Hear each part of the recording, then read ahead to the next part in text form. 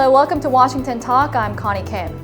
In the face of economic difficulties, North Korea has reportedly issued domestic bonds for the first time in 17 years. Its trade with countries around the world has dropped while it continues to funnel money into its nuclear weapons program.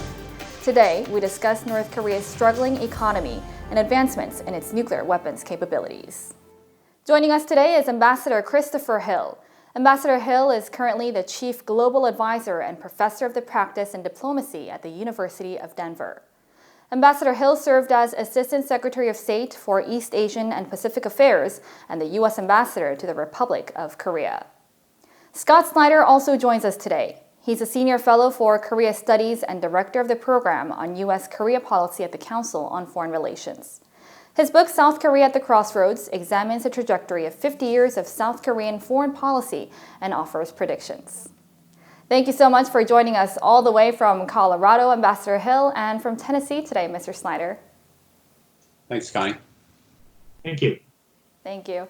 I want to start off with North Korea's issuance of domestic bonds. So Ambassador Hill, an OECD official, admitted that North Korea has been issuing these bonds. This is the first time since 2003. What do you think is the significance of this? Well, North Korean fiscal and monetary policy is almost as opaque as its nuclear program.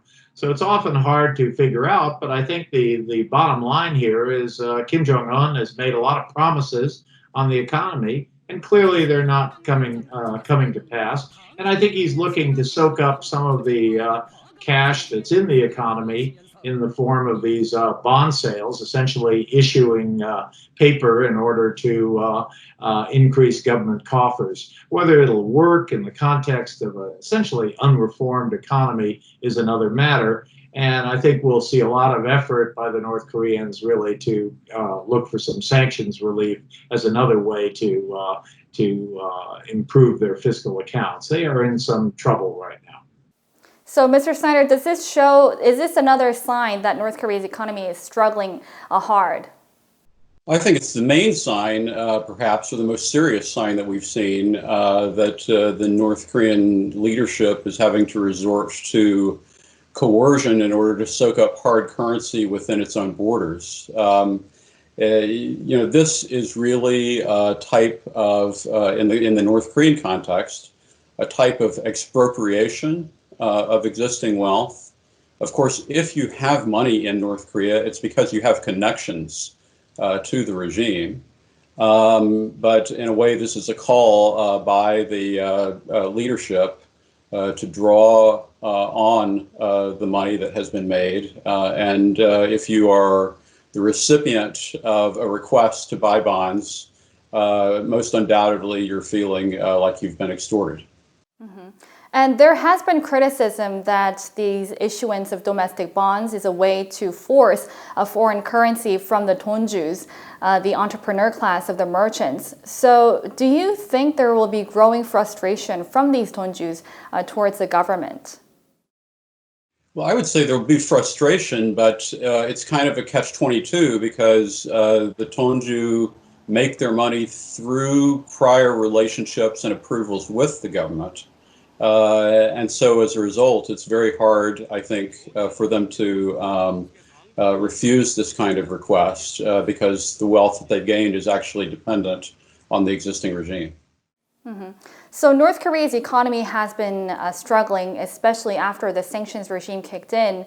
The number of countries North Korea has been trading with has dropped to about 50% last year compared to the early 2000s. And its dependence on trade with China has jumped, not to mention this trade volume has also dropped 90% in the face of the pandemic. So what does this tell you about North Korea's trade and economic structure? Well, it's very China dependent, Connie, and despite North Korean efforts to try to diversify its economy and to get around the dependence on China, it would appear that no real progress has been made. And really the greatest concern, I think, is the drop in imports that we see most recently as a result of North Korea's quarantine. And I think that it remains to be seen whether that might have other domestic impacts on prices of goods in North Korea, or whether in fact now that the virus concerns are easing, it'll be possible to restore some of that supply chain that North Korea relies on from China in order to for its exchanges internally to survive. So Ambassador Hill, Mr. Snyder just pointed out there is going to be a decrease in imports. How do you think this is going to impact the North Korean economy in the long term? Well, again, Kim Jong-un has made a big point that he is going to address economic issues. This is kind of unprecedented in North Korea because usually it's military first, but here we have the economy up there as well. And I think he's going to find it very difficult. First of all, I don't think he really understands these issues. Secondly, as much as we like to talk about changes in the North Korean economy, the fact that there have been roadside stands of vegetables and things like that, these are pretty de minimis reforms. And I think anyone who spent time, as I did, in Eastern Europe and saw the efforts in the 1970s, 1980s to reform, and then realized how little those efforts really amounted to, I think North Korea is really going to have to decide at some point what it's going to do about this economy. And so far, I don't see a big effort. There is an idea, and you hear about this from time to time, that somehow they can open up parts of the economy to the Chinese, in effect, rather ironically, create kind of concessions to the Chinese. Something like that may happen. But I think overall they're looking at a long decline in the economy, with the question being, at what point does this affect the capacity of the political authorities to rule the place? Ambassador Hill, I want to talk about the revealed unclassified documents from the State Department in 2010 after Siegfried Hecker visited the uranium enrichment facility in Yongbyon. He had reported this to the State Department. You were the U.S. chief nuclear envoy leading the six-party talks until 2008. When you heard of this, what went through your mind? First of all, rather ironic, I must tell you. We always knew that they had made purchases of equipment consistent with a uranium enrichment program. So we felt first order of business, shut down the plutonium. Second order of business, keep the door open to uranium enrichment. And ultimately, at the end of 2008, the North Korean failure to give us adequate verification, their failure to allow us essentially to look beyond the Yongbyon complex, was ultimately why we could not continue and why the Obama administration was not able to get things going. So, Ambassador Hill, what you're saying is that plutonium posed an immediate proliferation risk, so you had dealt with that first. But do you think it would have been different if plutonium and uranium were dealt at the same time? Because there is criticism that the six-party talks should have dealt with uranium as well. Well, first of all, I would say if you looked at percentage of time that I spent talking to the North Koreans, it was over the uranium enrichment program. Because we knew a lot about the plutonium program. And in fact, the North Koreans were quite honest about it because they knew we had overhead views of it. And we had a pretty clear idea of how much plutonium they had produced, which interestingly was verified when we looked at the records of the Yongbyon reactor. So that was not so much a negotiating problem. The negotiating problem was over UEP. The uranium enrichment program. So a lot of my time was spent saying, what happened to these the purchases of this equipment? So you did say that a lot of your time negotiating with the North Koreans were spent on talking about the UEP program. And the difficult thing about uranium enrichment facilities is that it's hard to spot because it can be operated secretly underground. President Trump has also talked about five of these after the Hanoi summit. And there is consensus within Washington that there are other uranium enrichment facilities outside of Yongbyon. So how can we address these going forward later in the long term? It's very difficult, certainly. I mean, there are ways to sort of look at a facility, look at the draw on the electricity in the area, and you can kind of figure out why is there such a demand on electricity in this area. It's otherwise farming or something. So there are various technical things. but it's much more difficult than looking at a plutonium at a nuclear reactor from outer space, which you can clearly see, when it's on, when it's off. And we had people there actually to check on these things and actually to disable the thing. Our plan was to keep it disabled, that is, make it difficult for the North Koreans to reconstitute it. And the metric we had was 5 years, the theory that if the negotiations went bad, they wouldn't be able to gin up the plutonium facilities for at least 5 years because of the repair work. That pretty much turned out, although right now they are clearly, they have the capacity now to have plutonium. Every country that has engaged in nuclear programs has engaged with them with not only plutonium but also uranium enrichment. We suspected that, and that is why we always kept the door open to uranium enrichment.